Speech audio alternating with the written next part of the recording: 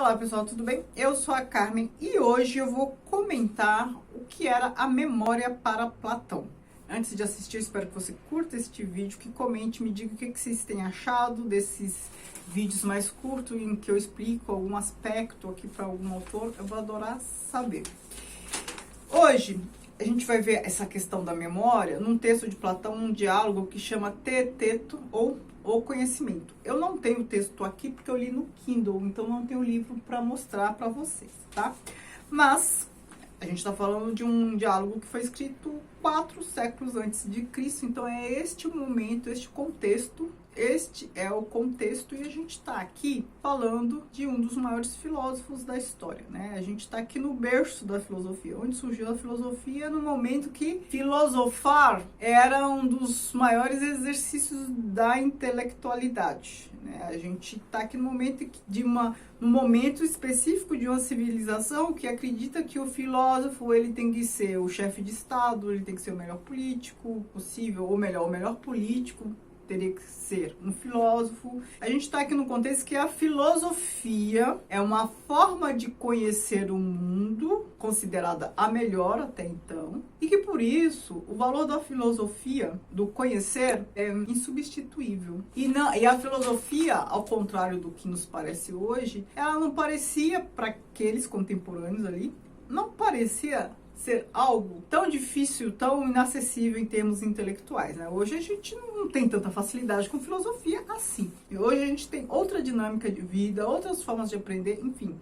O ócio necessário para você se deparar com as coisas da vida e ficar se perguntando, hoje ele é mais escasso, né? A gente não tem todo esse tempo, a gente tem um ritmo dinâmico que é muito diferente do ritmo daquele momento. Tem a questão que é cultural também, de comportamento cultural, enfim, gente. Tempo muito longínquo que não dá nem para comparar. Então, este é o contexto.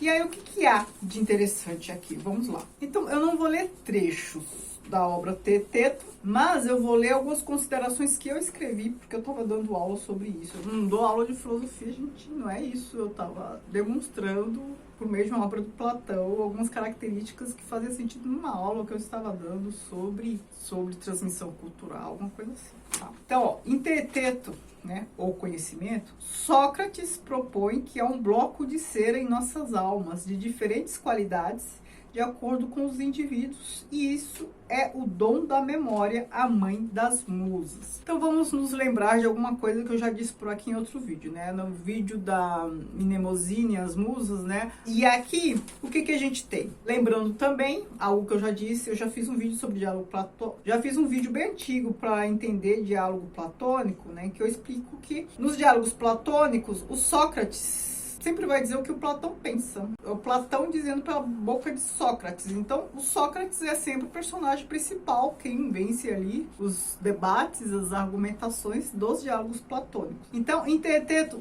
Sócrates propõe esse bloco de cera, que fica aqui como se fosse um bloco de cera no peito. A gente está no momento em que a memória ela não era associada ao cérebro, né? Hoje, quando a gente fala de memória artificial, a gente sempre lembra, né, de um cérebro, quando a gente vai pensar numa parte humana ali onde se desenvolve a memória.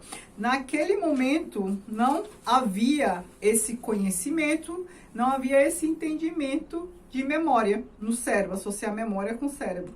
Hoje, né, com vários estudos, a gente sabe, as sinapses, os pensamentos e tal, o papel disso tudo no processo da recordação, né, natural que a gente tem, cada indivíduo tem, a capacidade de se lembrar das coisas. Na época, acreditava-se que a memória, ela não acontecia no cérebro, acontecia na alma, né? Algo mais próximo assim do coração, um bloco de cera na alma. E é esse bloco de cera, a gente sabe, a cera é um material razoavelmente flexível que você pode gravar coisas. Nesse bloco de cera, as imagens, as memórias de modo geral, ficavam impressas na alma. É por isso que decorar, no sentido de lembrar, decore, do coração, por conta disso. A lembrança, o bloco de cera na alma, mais ou menos assim, simbolicamente ilustrado no peito. Bloco de cera em nossas almas de diferentes qualidades de acordo com os indivíduos.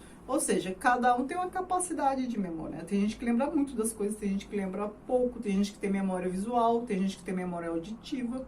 Isso varia muito de acordo com a pessoa. E aí, quando vemos, ouvimos ou pensamos em algo, submetemos essa cera às percepções e aos pensamentos e os imprimimos nela, assim como imprimimos com o sinete. Ele está fazendo ilusão ao quê? É só a gente lembrar aqueles filmes que a gente vê, aquelas cartas que eles derretem a cera lá para fechar, lacrar, né, a carta, tipo um carimbinho lá, um sinete ali, para imprimir a imagem, o brasão da realeza, enfim, o símbolo de quem está enviando aquela correspondência lacrada. Então, ó, para Platão, quando algo é registrado em suporte artificial, perde-se a possibilidade de o produtor da informação interagir com o receptor da mensagem. Com isso, quero dizer o quê? Quem viu o vídeo sobre a escrita de Platão, né, o que era escrita para Platão, o valor que ele atribuía à escrita, a gente viu lá que ele fala mal da escrita. E aí, ele acha que o texto escrito é um suporte artificial de memória, que é problemático. A gente não tem que lidar com essas artificialidades para se lembrar das coisas. Imagine hoje, né, que a gente deixa tudo no celular. Se a gente perder o celular, a gente não sabe nem andar, e nem falar, nem se mexer mais. E aí, ele fala, ó, perde-se a possibilidade de o produtor da informação interagir com o receptor da mensagem. Porque o texto está ali estático. Você lê, você não compreende, e não tem ninguém que te esclareça. Para você tentar entender, você ou lê de novo e ainda assim vai estar dizendo a mesma coisa, ou então você pede para outra pessoa te ajudar, ou se você tiver acesso ao autor do texto, você pergunta para o autor do texto, enfim. É um processo ali problemático para Platão. Não está garantida a transmissão do conteúdo de um texto apenas por ele estar escrito. Só há sabedoria na alma e nunca em escrito. A sabedoria se dá na alma por conta dessa capacidade da alma de lembrar das coisas. Né? E isso nos permitir fazer associações. Esses recursos artificiais que utilizamos para Platão, eles estão muito aquém da capacidade humana e eles são problemáticos por conta disso, porque falta nesses recursos aquilo que Platão valoriza, que é a dialética do discurso, a dialogia, dialogia, vem de dialogia, a dialogia, a lógica de um e do outro em interação para construir um sentido e o entendimento ficar bem claro. É só a gente lembrar dos diálogos platônicos, toda aquela conversa, aquela interação, o ir e vir, um concorda, outro discorda, reforma o pensamento por meio da fala do outro, reconsidera. Isso para Platão tem valor. Agora, um texto escrito, um suporte artificial de memória, não dá. A gente só tem aquela capacidade de discutir, reexplicar as coisas, porque nosso conhecimento, a nossa memória está na alma, está no ser humano. É outra coisa que ele fala, ó, nossa capacidade de comunicar e de formar memória cede lugar a uma capacidade artificial.